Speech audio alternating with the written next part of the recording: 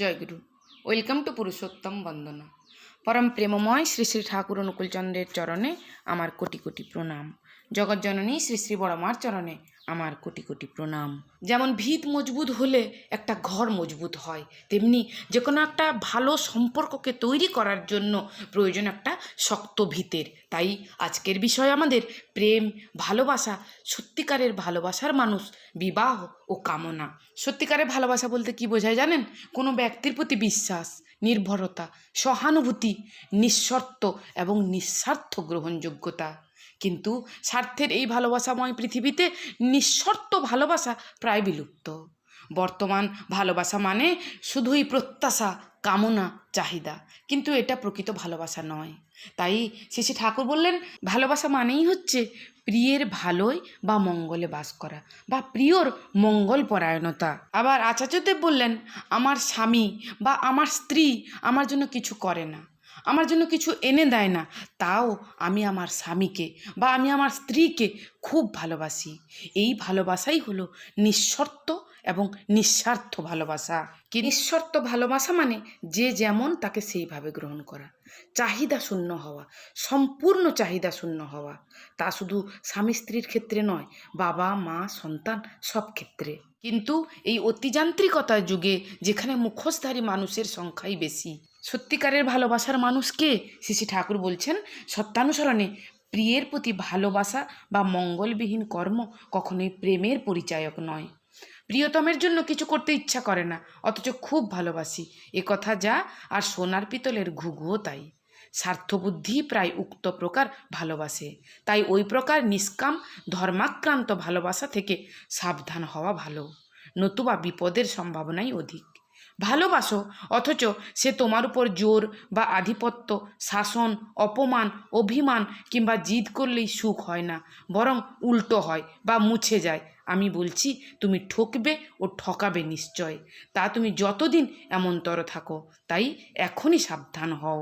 আবার শ্রী ঠাকুর আলোচনা প্রসঙ্গে চতুর্থ খণ্ডে বলছেন, ভালোবাসার একটা মস্ত পরখ এই যে প্রিয়ের পরিপন্থী যে বা যা কিছু তাকে সে এক আঁচড়েই চিনতে পারে, ও তাকে বুঝিয়ে দিতে হয় না।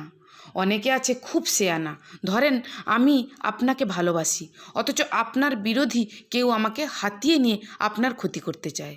জানে গোড়াতেই যদি আপনার বিরুদ্ধে কিছু বলে আমার কাছে, তাহলে পাত্তা পাবে না, তাই আপনার প্রতি শ্রদ্ধা ভক্তির ভান দেখিয়ে আমার মধ্যে ঢুকতে চাইবে। কিন্তু আমি যদি আপনাকে সত্যি সত্যিই ভালোবাসি, তাহলে আমি ঠিক ধরে ফেলবো লোকটার মতলব কী। আমার যদি আসল ভালোবাসার ছিটে ফোঁটাও থাকে, তাহলে আসল নকল, কৃত্রিম অকৃত্রিম ভেদ বুঝতে আমার কষ্ট হবে না। তাছাড়া আমি খাঁটি হলে অমন্তর দুষ্ট মতলবওয়ালা কোনো মানুষ আমার কাছে এগোতে সাহস পাবে না। ভালোবাসা একটা ষষ্ঠ ইন্দ্রিয় গজিয়ে দেয় মানুষের মধ্যে। সে কখনো নির্বোধ প্রমাণিত হয় না, অন্তত প্রিয়ের ব্যাপারে। সাধনায় অতীন্দ্রিয় শক্তি লাভ হয় বলে আমার মনে হয় তার মূলে আছে ওই। যেমন একটা হাবামের ছেলে হলো, সে কিন্তু ভালোবাসার টানে ছেলের মুখ দেখেই চিনতে পারবে তার কখন কি দরকার। একজন ধুরন্ধর মনোবৈজ্ঞানিকও হয়তো তার কাছে ফেল মারবে। সন্তান সম্পর্কে মায়ের এই যে সূক্ষ্ম অনুভূতি, এই যে সুতীব্র বোধ শক্তি, আমি একে অতীন্দ্রিয় শক্তির প্রাথমিক ধাপ বলে মনে করি। অতীন্দ্রিয় মানে অতি সাড়া প্রবণ ইন্দ্রিয়।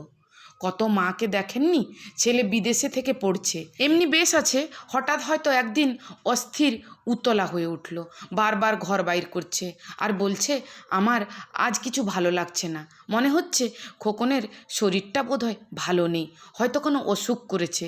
বিছানায় ছুঁয়ে ছটপট করছে আর মা মা করে ডাকছে। তারপর টেলিগ্রাম বা চিঠিতে হয়তো জানা গেল যে ব্যাপারটা সত্যিই তাই। কিংবা ছেলে হয়তো জ্বর গায়ে নিয়ে এসে হাজির হলো মায়ের কাছে। আকছার এসব দেখা যায়। তখন কেষ্টদাস এসে ঠাকুরকে বলছেন, তবে অনেক মতলববাজ খারাপ লোকের ব্যবহার এত মিষ্টি ও মোলায়েম এবং তথাকথিত সেবা তারা এতখানি দিয়ে থাকে যে মানুষ সহজেই তাদের দ্বারা বিভ্রান্ত হয়। অন্তত প্রথমটা তো এমনই হয়। তখন শ্রী ঠাকুর বলছেন, অমন্তরভাবে বিভ্রান্ত যারা হয়, বুঝবেন তাদের ভিতরে গোল আছে। তারা সাজগোজ দেখে, চেহারা দেখে না। সাজগোজেই ভোলে যারা, তাদের ভিতর যে মাল মশলার অভাব আছে তাতে কি কোনো সন্দেহ আছে? মানুষ তাদের কাছেই তো যত অচল চালিয়ে দেয়। যেমন কেষ্ট ঠাকুর নাকি একবার গোয়ালিনীর বেশ ধরে রাধার কাছে গিয়েছিলেন, কেউ ধরতে পারেনি। রাধার কিন্তু ধরতে কষ্ট হয়নি, চোখ টিপে হেসে বুঝিয়ে দিয়েছিলেন আমি ধরে ফেলেছি। এও যেমন ঠিক তেমনি অন্য কেউ যদি কেষ্ট ঠাকুরের বেশ পরে যেত রাধার কাছে, তাহলেও কিন্তু রাধা তা বুঝতে পারতেন।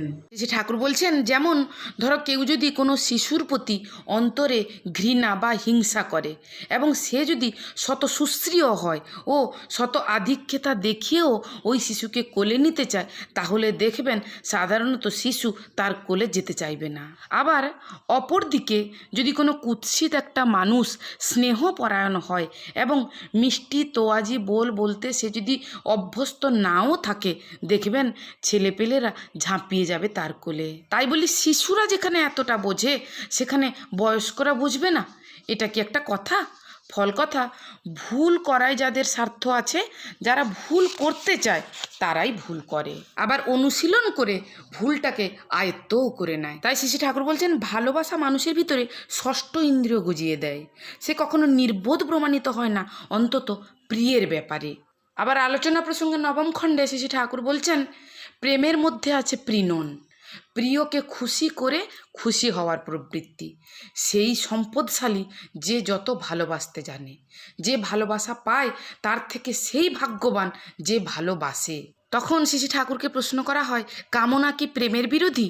শ্রী ঠাকুর বলছেন, নিজেকে খুশি করাটা কামনা, প্রেম চায় প্রিয়ের খুশি। দাম্পত্য জীবনে স্বামী স্ত্রীর কি কামনা, কি চাহিদা হওয়া উচিত? শ্রী ঠাকুর বলছেন, স্বামীর স্বার্থ হলো স্ত্রীর মঙ্গল কামনা করা ও বাস্তবে তার মঙ্গল করা, এবং স্ত্রীর স্বার্থ হলো স্বামীর মঙ্গল কামনা করা ও কার্যত তা করা। এই মঙ্গল কামনা করা ও মঙ্গল করা তখনই সম্ভব হয় যখন উভয়ে পরম প্রভুকে সন্তুষ্ট করতে চায়, নইলে বিকৃত স্বার্থপরতা ঠেসে ধরে। প্রিয় স্বার্থী ভালোবাসা যেখানে, তা সবসময় স্বতঃসন্তুষ্ট, সবসময় পূর্ণ সন্দীপ্ত। এই সন্তুষ্টির কারণই বা কি? শ্রী ঠাকুর বলছেন, যে ভালোবাসে সে ভাবে আমার প্রিয় যদি ভালো থাকে তাহলে আমার বিশ্ব দুনিয়া ভালো থাকবে। আর ভালো থাকাটা প্রিয়কে ভালো রাখার উপর নির্ভরশীল। আর যাতে প্রিয়ের তোষণ পোষণ ও সেবার ব্যাঘাত না হয়, সেই আগ্রহে সে নিজেকে সুস্থ, দীপ্ত ও কর্মঠ রাখে। সব করেও সে ভাবে আমার বুঝি করায় কোথাও কোনো ত্রুটি থেকে গেল, তার বুঝি কষ্ট হলো। এই আকুলতা দিন দিন তাকে পরিপূর্ণতার দিকে নিয়ে যায়। তাই প্রকৃত ভালোবাসা যেখানে, সেখানে হীন স্বার্থ প্রত্যাশা থাকে না, অনুযোগ থাকে না, অভিযোগ থাকে না, আত্মপ্রশংসা থাকে না, বরং থাকে আত্মসমালোচনা। তাই একটি সম্পর্ককে সুন্দর করে গড়ে তুলতে হলে যে চারটি জিনিস আমাদের জীবনে অবশ্যই মেনে চলা দরকার, আমাদের জীবনে থাকা প্রয়োজন, তা হলো ভালোবাসা, বিশ্বাস, সহানুভূতি, নিঃশর্ত এবং নিঃস্বার্থ গ্রহণযোগ্যতা। তা যে শুধু স্বামী স্ত্রীর সম্পর্ক হবে তা নয়, আমাদের সঙ্গে জড়িয়ে থাকা যে কোনো সম্পর্কে আমরা যদি এই চারটি জিনিস মেনে চলি, তাহলে কিন্তু আমাদের সকল সম্পর্ক সুন্দর হয়ে উঠবে। দয়াল ঠাকুরের রাঙারাতুল চরণে আমার কোটি কোটি প্রণাম। জগৎজননী শ্রী শ্রী বড়মার চরণে আমার কোটি কোটি প্রণাম জানিয়ে আজকের ভিডিও আমি এখানেই শেষ করছি। পরম দয়াল আপনাদের সকলের মঙ্গল করুন। আপনারা সকলে ভালো থাকুন, সুস্থ থাকুন। জয়গুরু, বন্দে পুরুষোত্তম।